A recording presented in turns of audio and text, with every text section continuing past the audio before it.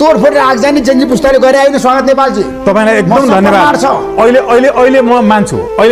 एकदम सही भन्नुभयो एकदम सही यहाँ घुसपेट भयो घुसपेट सिंहदरबार जेन्जी पुस्ताले चलाएको होइन सबै जेन्जी पुस्ताले चलाएको होइन त्यही भनेर जेन्जी पुस्ताले चलाएको होइन तर सुशीला कार्कीले हो भन्नुभयो अहिले हो गृहमन्त्रीले हो भन्नुभयो जेन्जी पुस्ताले त्यस्तो आगजनी र तोडफोड गर्दैन सृजनशील हुन्छ तर सुशीला कार्की अध्ययनशील हुन्छन् टेक्नोलोजीले एकदम उत्पन्न भएको हो जेन्जी पुस्ता हो भन्नुभयो सबै कुरा जानेको छ जेन्जी पुस्ताले त्यसैले भन्दैछु जेन्जी पुस्तालाई धोका दिनुभयो सुशीला कार्की गृहमन्त्री लगायत अहिलेको सरकारले जेन्जी पुस्ताले होइन सबभन्दा पहिला घुसपेट भन्ने शब्द कहिले प्रयोग गर्यो केपी ओलीले तपाईकै जान्नु भएको सबभन्दा पहिला घुसपेट गृहमन्त्री ओम प्रकाश आर्यले भन्नुभएको छ जेन्जी पुस्ताको भावना र उनीहरूको चाहना अनुसार काम हुन्छ जेन्जी पुस्ताको भावना तपाईको भ्रष्टाचारी गर्ने भ्रष्टाचारी न्यायाधीशहरूलाई छुट दिने हो छुट दिने सहमति गर्नु त संविधान मानेर आयोगले त तपाईको फटाफट गर्नु पर्थ्यो अब न्याय परिषदले भन्दै हुन्छ जेन्जी पुस्ताको भावना प्रदेश सभा विघटन गर्ने हो कि प्रधानमन्त्री जाँदाखेरि हस्पिटल त्यो प्रदेश सभा खारेज गर्नुहोस् भन्नुभयो कि भन्नु भएन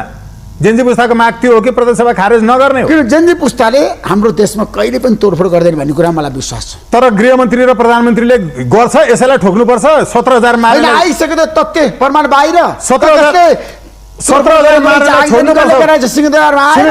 दलका नेताहरूले 10 अर्ब 41 करोड रुपैयाँ स्वास्थ्य उपचारमा खर्च लिने नेताहरूलाई पहिला अनुसन्धानमा ल्याउनु पर्छ कि यो तपाईको चाहिँ जेन्जी पुस्तालाई आगो यो भिडियो फोटो हेरेर कारबाही गर्नुपर्छ नेताहरूले कसरी तोडफोड गरिरहेछ तपाईलाई थाहा छैन सूचना राष्ट्रपतिले कति खानुभयो तपाईलाई थाहा छ राष्ट्रपति भ्रष्टाचारी हो कि हैन थाहा छ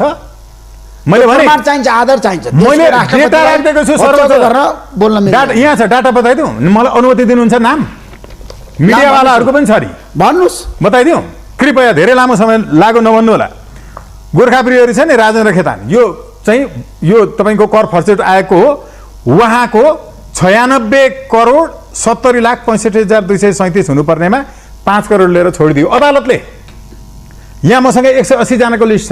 भन्नुस् न तपाईको यो नेपाल रिपब्लिक मिडिया छ नि विनोद राजगेवाली उहाँको 10 करोड 81,56,620 रुपैयाँ थियो 4 करोड लिएर छोडिदियो कर फर्सेट आयोगले अदालतले छोडिदियो यो सबै यहाँ 180 जनाको लिस्ट छ मलाई दिनुहुन्छ भने मिडियादेखि लिएर सारा यति धेरै छन् यसमा तपाईको 1 अर्ब 82 करोड 68,34,016 रुपैयाँ थियो कसको भन्नुहुन्छ भने एनसेलको त अरु पनि छ यो मितिको चाहिँ यसमा तपाईको जम्मा आज एनसेल तोडफोड भइसक्यो तपाईलाई थाहा छ अब छोड दिने तोडफोड गरे नि त